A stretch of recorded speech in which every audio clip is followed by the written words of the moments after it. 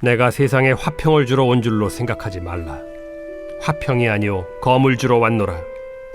내가 온 것은 사람이 그 아버지와 딸이 어머니와 며느리가 시어머니와 불화하게 하려 함이니 사람의 원수가 자기 집안 식구리라. 아버지나 어머니를 나보다 더 사랑하는 자는 내게 합당하지 아니하고 아들이나 딸을 나보다 더 사랑하는 자도 내게 합당하지 아니하며 또 자기 십자가를 지고 나를 따르지 않는 자도 내게 합당하지 아니하니라. 자기 목숨을 얻는 자는 잃을 것이요 나를 위하여 자기 목숨을 잃는 자는 얻으리라.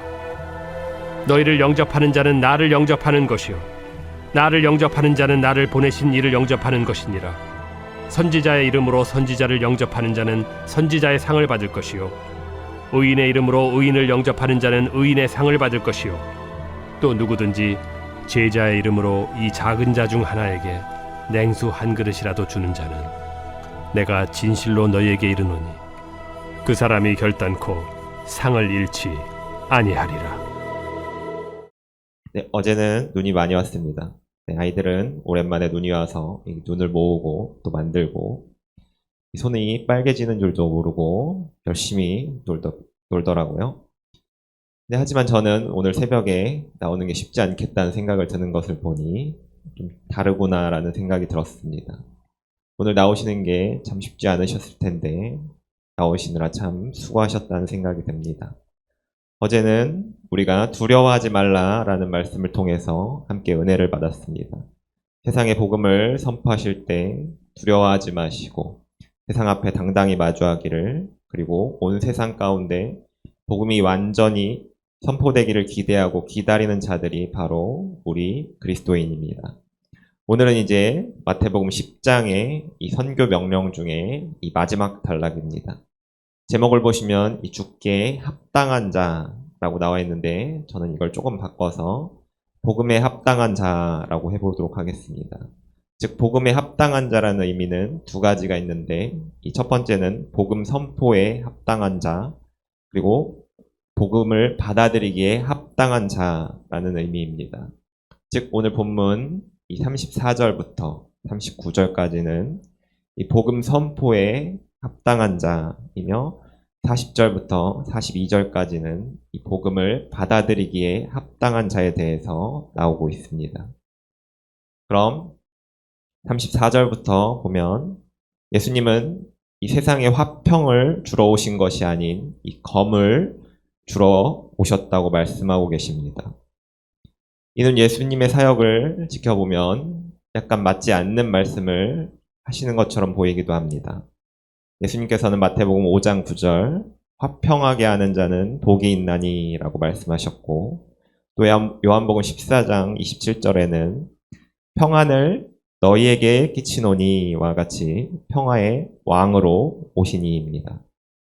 하지만 오늘 본문인 이 화평이 아닌 검을 주신다는 말씀으로 이 대조를 이루고 있는 것은, 화평은 예수님께서 주시는 이 구원의 결과로서 얻어지는 것입니다.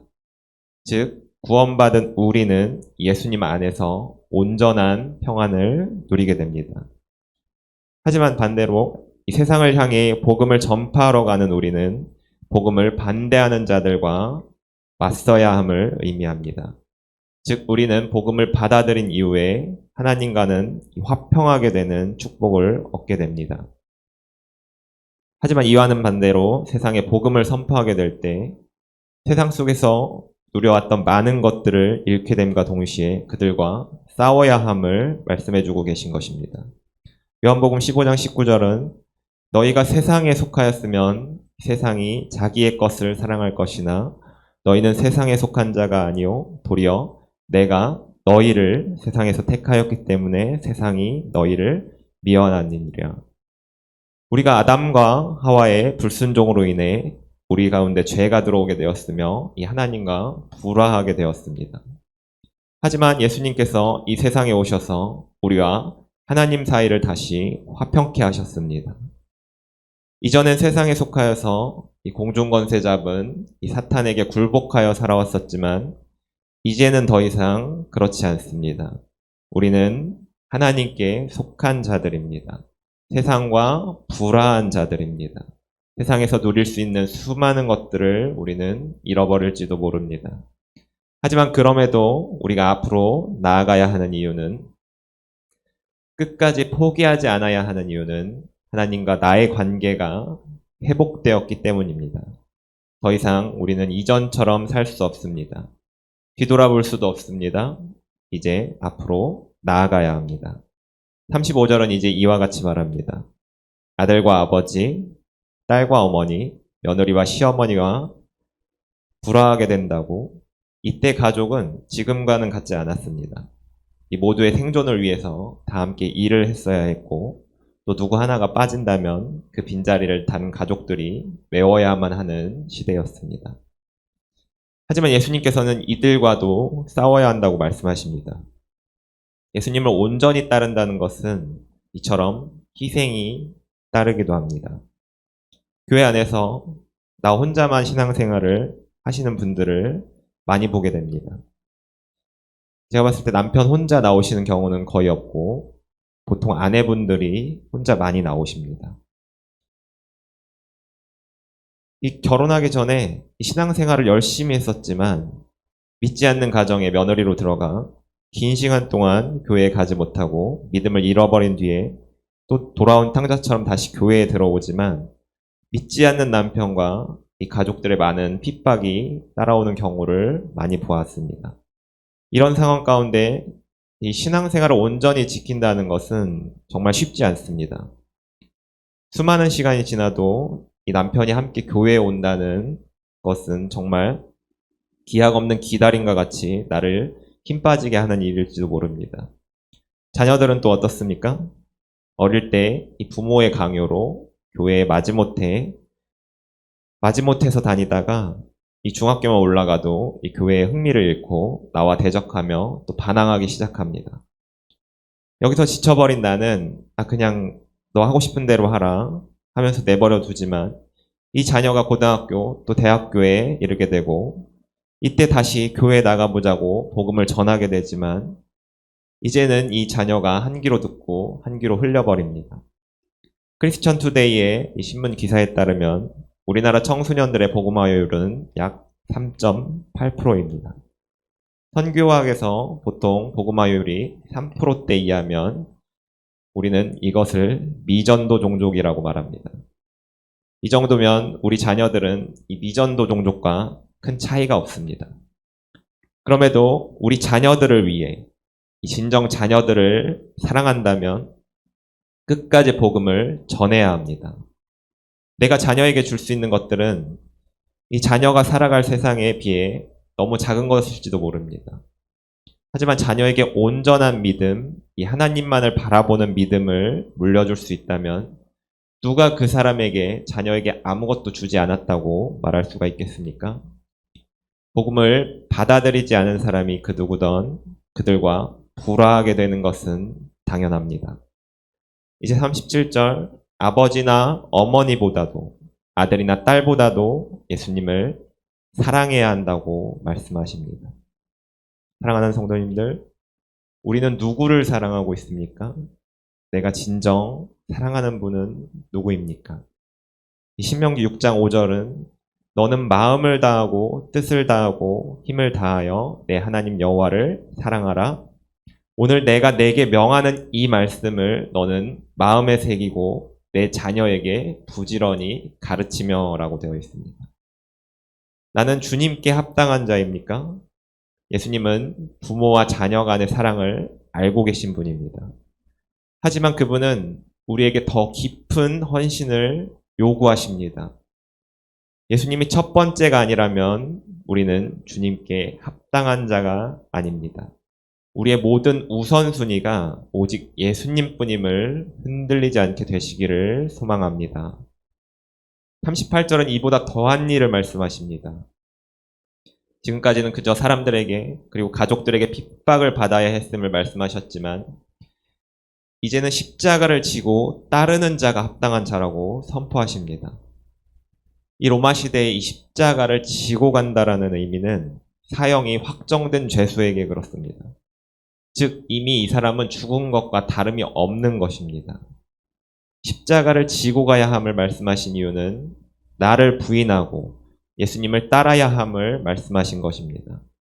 즉 나는 죽고 오직 예수님만 바라보며 나아가야 합니다. 사도 바울은 사도행전 20장 24절에 내가 달려갈 길과 주 예수께 받은 사명 곧 하나님의 은혜의 복음을 증언하는 일을 마치려 하면은 나의 생명조차 조금도 귀한 것으로 여기지 아니하노라 라고 말합니다. 이 발언은 이제 모든 전도 여행을 마치고 이제 예루살렘으로 떠나는 상황에서 말하고 있었습니다. 떠날 때 성령님은 바울에게 결박과 환난이 기다린다고 하셨습니다. 하지만 바울은 이에 굴하지 않고 이 말을 하는 장면입니다. 바울은 예루살렘으로 떠난 뒤에 예루살렘에서 붙잡혀 이제 로마로 압송됩니다. 그 과정 중에 수많은 환난을 겪게 될 것을 바울은 알고 있었지만 바울은 굴하지 않고 또 피하지 않았습니다. 끝까지 예수님께서 자기에게 주신 사명을 알고 있었으며 자신을 드러내기보다 복음을 위해 앞으로 나아가는 모습을 보여줍니다. 우리는 예수님의 제자입니다. 그저 예수님이 좋아서 따라다니는 팬이 아닙니다. 제자는 자신을 내려놓고 끝까지 스승이 걸어가는 길을 따라가는 자입니다. 이제 죽게 합당한 자는 이와 같은 헌신을 각오하는 자입니다. 이 헌신과 타협은 없습니다. 뒤를 돌아보고 되돌아갈 수 없습니다. 이 로마의 집권자 중 한 사람이었던 이 율리우스 카이사르는 이 반대파인 이 원로원 세력과 싸우기 위해 그들이 군대를 해산하라는 명령을 받아들이지 않고 군대를 이끌고 그들과 싸우기 위해서 나아갔습니다. 그러면서 한 명대사가 있는데 바로 주사위는 던져졌다입니다. 사랑하는 성도님들, 주사위는 던져졌습니다.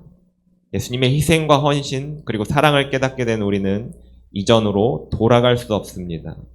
이 앞으로의 전진만 있을 뿐입니다. 끈질기고 집요하게 앞만 보고 나아갑시다. 세상 앞에 그리스도의 희생을 선포합시다. 그리스도의 사랑이 우리 안에서 넘쳐나서 세상과 당당히 마주해야 합니다. 끝까지 포기하지 않는 저력이 우리 안에 있습니다. 바로 내가 아닌 주님께서 나를 이끌어 가실 때 나의 능력 이상의 모습이 드러납니다. 이제 40절부터 42절까지 예수님은 우리를 위로해 주십니다. 복음을 위해 많은 희생이 있지만 이 복음을 영접하는 자들이 있다는 것입니다. 저는 어제 복음을 전달한 이후의 단계에 대해서 3단계로 설명드렸습니다. 1단계는 믿지 않는 사람들이 전도를 통해 교회로 발걸음을 하는 단계입니다. 2단계는 기도와 말씀으로 그들을 양육합니다. 3단계는 이제 이 양육된 사람들이 전도를 시작합니다. 이 단계 속에서 우리는 많은 좌절을 하게 됩니다. 수많은 거절을 받습니다. 한 영혼이 천하보다 귀하다고 하는 말씀을 정말 뼈저리게 느끼게 됩니다. 하지만 이들을 계속해서 독려하고 나 또한 계속해서 전하고 끊임없이 시도하다 보면 한 영혼이 교회로 오겠다는 연락을 받을 때 정말 눈물이 날 정도로 기쁜 것을 경험하게 됩니다. 처음부터 모든 것이 잘 될 수는 없습니다. 많은 준비를 해야 합니다. 그리고 계속해서 시도하면서 시행착오를 겪게 됩니다. 하지만 그 어떤 경험이든 이 전도에 대한 경험은 나를 움직이는 원동력이 됩니다. 나의 모든 삶 가운데 정말 한 영혼이라도 주께로 돌아왔다면 그것은 그 어느 것과도 비교할 수 없습니다. 누구나 다 몇 번은 시도할 수 있습니다. 하지만 끝까지 포기하지 않는 사람은 굉장히 드뭅니다. 내가 전도 대상자에게 복음을 계속해서 전했지만 거절당하고 또 전했지만 거절당하고 이제는 낙심해서 포기하려고 합니다. 하지만 단 한 번만 더 전한다면 이 전도 대상자는 주께로 돌아올 준비를 하고 있었습니다. 내가 포기하는 순간이 바로 이때일지 모릅니다. 사랑하는 성도님들, 나의 주변에 상을 받을 자들이 있습니다.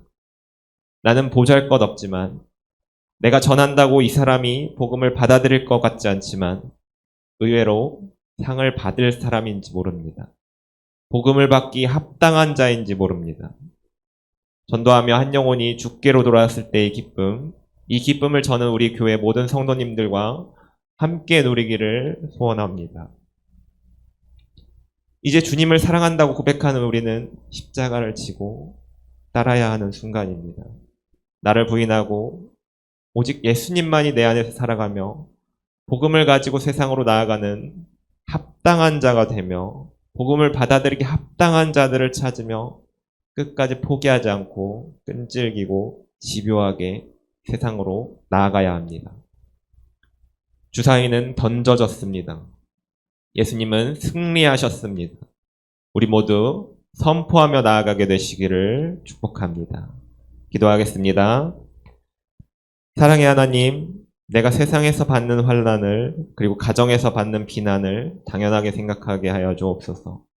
오직 예수님만을 사랑하며 내가 주님의 제자로서 살아가길 원합니다. 주님의 헌신을 닮아가게 하여 주옵시고 흔들리지 않고 오직 나의 십자가를 지고 주님을 따르는 합당한 자가 되기 원하오니 허락하여 주옵소서. 이 모든 것 예수님의 이름으로 기도합니다. 아멘.